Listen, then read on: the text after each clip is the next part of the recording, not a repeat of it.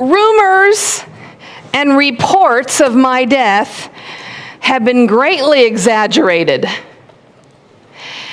These were the words of a wire that was sent by Mark Twain to the U.S. Press Association and the newspapers at the time while he was in London and his obituary was mistakenly published. Mark Twain is among some good company when it comes to false death reports. Queen Elizabeth, Kirk Douglas, Celine Dion, Michael Jordan, Britney Spears, and even Betty White have all been reported as dead when in fact they are all still very much alive. But perhaps the most infamous of these cases happened exactly 50 years ago this year. That's when a 3-word rumor began flying around the world. Paul is dead. In 1969, many people were convinced that the rock star Paul McCartney of the Beatles had actually died in 1966 and he had been replaced with a look-alike. This was before my time, y'all. Can't blame me. I'm just reporting what happened. Music fans had played a song from the White Album backwards. Now, I've never really understood why people played vinyl albums backward, but nonetheless, they did, and they heard the message, "Turn me on, dead man."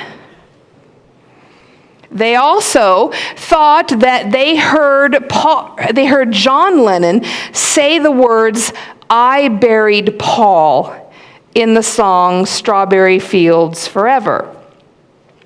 Now, this rumor was further fueled by the cover of the Abbey Road album. You might be familiar with it, even if you're not a Beatles fan. This infamous one with all of them crossing the street of Abbey Road. And people decided that this actually looked like a funeral procession. It's funny how the brain works. Now follow me here. In the front is John Lennon dressed in white, and that he's supposed to be representing some heavenly figure. Followed by Ringo Starr, who's dressed in all black. He's supposed to represent the Undertaker. George Harrison brings up the rear. He's dressed in denim, and he is supposed to be the gravedigger. And then we have Paul McCartney, who's dressed in a suit. He's barefoot, and he's out of step with the other members. And the yellow Volkswagen between George Harrison and Paul McCartney has a license plate that says 28IF.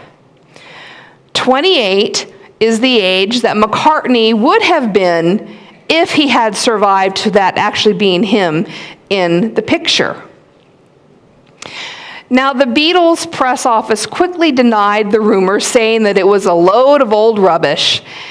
They assured the world that Paul was still very much alive and he had not been killed in a car accident in 1966 after having an argument with his fellow Beatles, that he had not been replaced by an orphan from Edinburgh named Billy Shears, and that Britain's security service, MI5, had not concocted this entire plot or had not orchestrated the plot out of concern for what McCartney's death would do to his fans.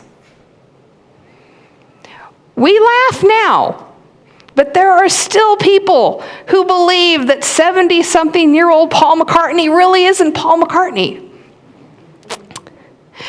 McCartney even weighed in on this rumor, saying in an interview that if the conclusion that you reach is that I'm dead, then you're wrong, because I'm alive and I'm living in Scotland. He also said, if I was dead, I'd be the last to know, though, so. Now, this is a pretty elaborate story, a pretty elaborate rumor, perpetuated by people who had not actually seen the dead body of Paul McCartney. The news about Jesus' death, however, was very much fact. On Friday of Holy Week, people had watched Jesus die on a cross. Reports of his death were not greatly exaggerated. Jesus was dead. There was no pulse. There was no brain activity. Those who had witnessed a crucifixion knew what death on a cross looked like. And they knew Jesus was dead. The Roman soldiers who were in charge of the crucifixion were supposed to break his legs to hasten a criminal's death on the cross. They took a look at Jesus and decided not to waste their time and energy because he was already dead. There was no doubt about the fact that Jesus had died on the cross. A righteous man named Joseph of Arimathea asked for Jesus' body. He took it and he wrapped it in a linen cloth and he laid it in a rock-hewn tomb. And Jesus was still dead. Throughout the millennia, people have tried to start rumors to the contrary. They've tried to come up with some logical explanation, some reason that they can say that, oh, well, Jesus really wasn't dead when he went into the tomb. He just fainted on the cross. He lost consciousness but regained it later. Well, he wasn't dead. He was in a state of suspended animation. But make no mistake, he was dead. Quite emphatically, he was dead. He was wrapped in a linen cloth and laid in a tomb. And then a massive stone was rolled over the entrance, sealing the tomb. Now, early on that Easter morning, women went to the tomb with spices to anoint Christ's body. They were expecting death, not life. Yet when they arrived, they found the stone rolled away from the tomb and Jesus' body missing. The Gospel of Luke shares the story this way. On the first day of the week, at early dawn, they came to the tomb taking the spices that they had prepared. They found the stone rolled away from the tomb, but when they went in, they did not find the body. And they were perplexed about this. Perplexed, confused. What's happened here? They could see that Jesus' body wasn't there, but they still thought he was dead. The thought didn't occur to them that he might be alive until suddenly 2 men in dazzling clothes stood beside them. The women were terrified and bowed their faces to the ground, but the men said to them, "Why do you look for the living among the dead? He is not here, but has risen. Remember how he told you while he was still in Galilee that the Son of Man must be handed over to sinners and be crucified and on the third day rise again?" Then they remembered his words, and returning from the tomb, they told all this to the 11 and to all the rest. Now it was Mary Magdalene, Joanna, Mary the mother of James, and the other women with them who told this to the apostles. But these words seemed to them to be an idle tale, and they did not believe them. But Peter got up and ran to the tomb. Stooping and looking in, he saw the linen cloths by themselves, Then he went home, amazed at what had happened. Imagine the shock of these women. First, to find an empty tomb, and then second, to see two men who weren't there a second ago appear to them and ask them, "Why do you look for the living among the dead?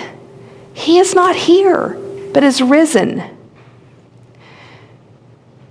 Jesus had spent 3 years of his life telling his closest followers that this was going to happen.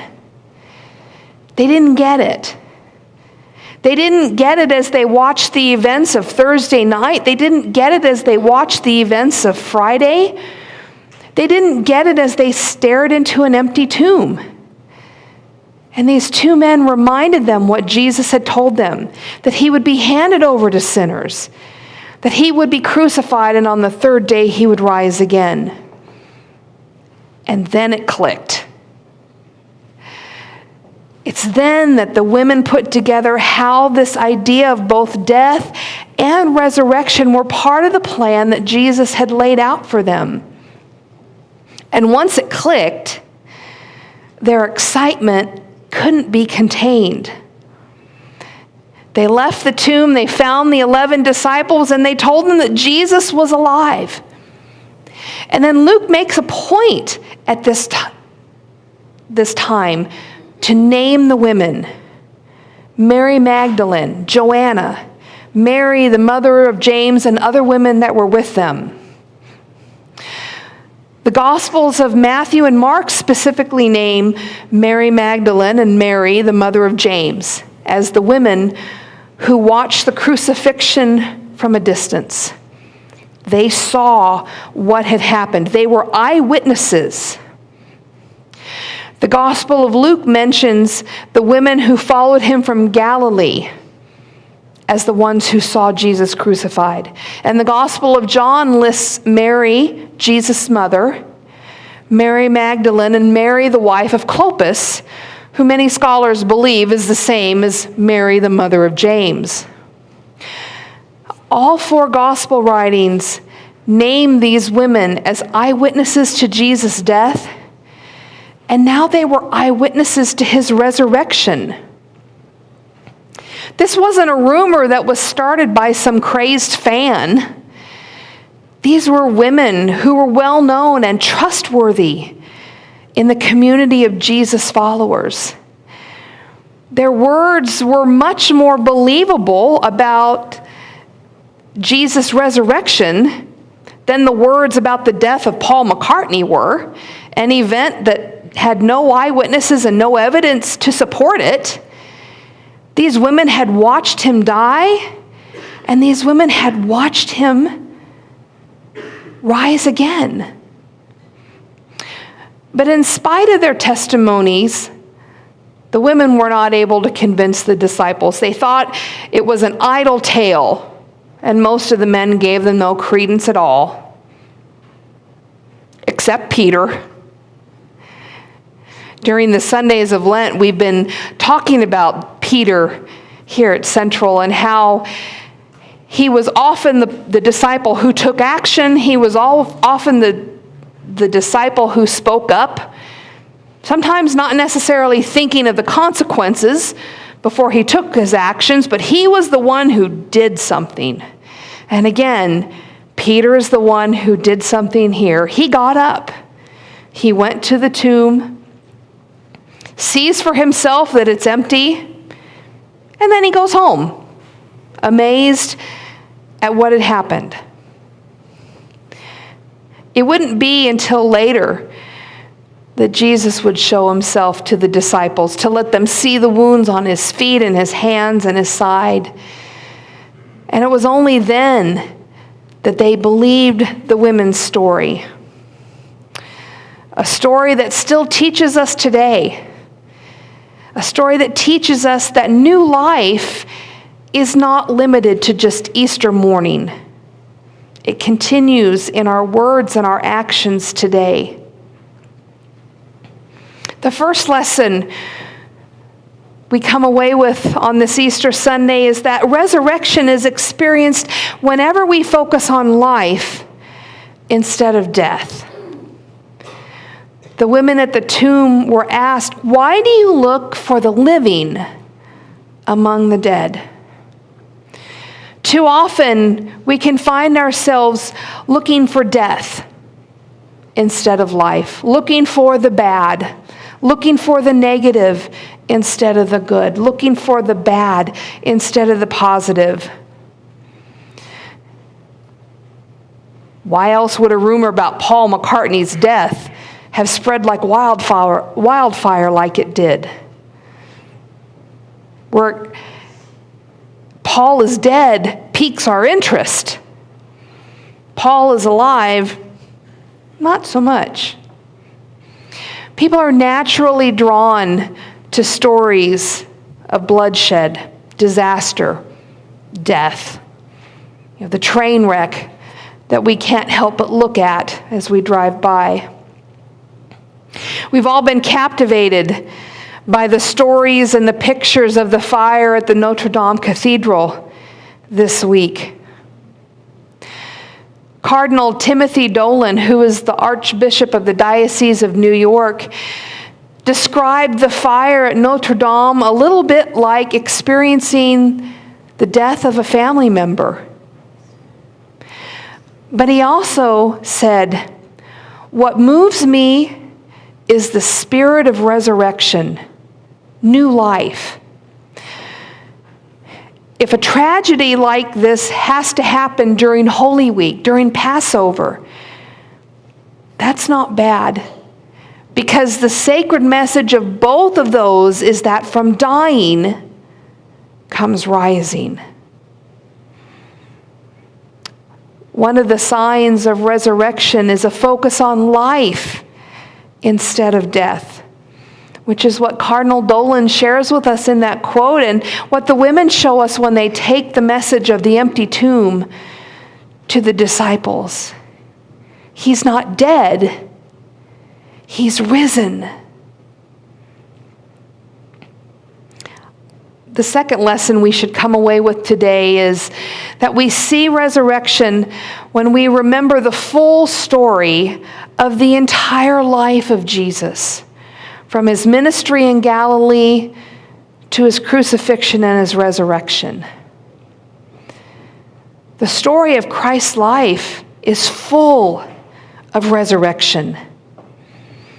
There are the people that he healed, the hemorrhaging woman, the leper at the pool of Bethsaida, blind Bartimaeus, many others, who were all resurrected to a new life. Remember Lazarus, Jairus' daughter, and the widow's son. They were resurrected to new life as well. There's no shortage of examples of Jesus transforming people's lives, from bringing them forth from some kind of death, whether it be an ailment or actual death, into a new life. 20 years ago, another music phenomenon occurred. It was 1999 that the song "I Can Only Imagine" was written by Bart Millard, who is the lead singer of the contemporary Christian group Mercy Me. There's even been a movie made about the story of this song. Millard penned this song after his father had died, and it explores what life in heaven might be like. What the song doesn't reveal is the troubled relationship that Bart had with his father for many, many years. Bart was emotionally and physically abused by his father, sometimes being beaten 3 to 4 times a week. And Bart grew to hate his father, and the two eventually became estranged. Well, it was during that estrangement that his father, Arthur, gave his life to Christ and became a new man. Eventually, Art developed terminal cancer, and Bart decided to give his father a second chance at a relationship. He said, "My dad was a monster, and I saw God transform him." Their story was painful, and it took a terminal illness to bring the two back together.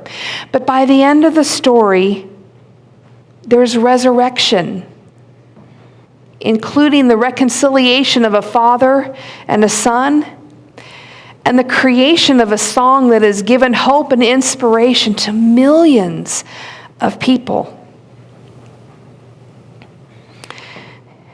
This Easter Sunday, we're here to celebrate an empty tomb.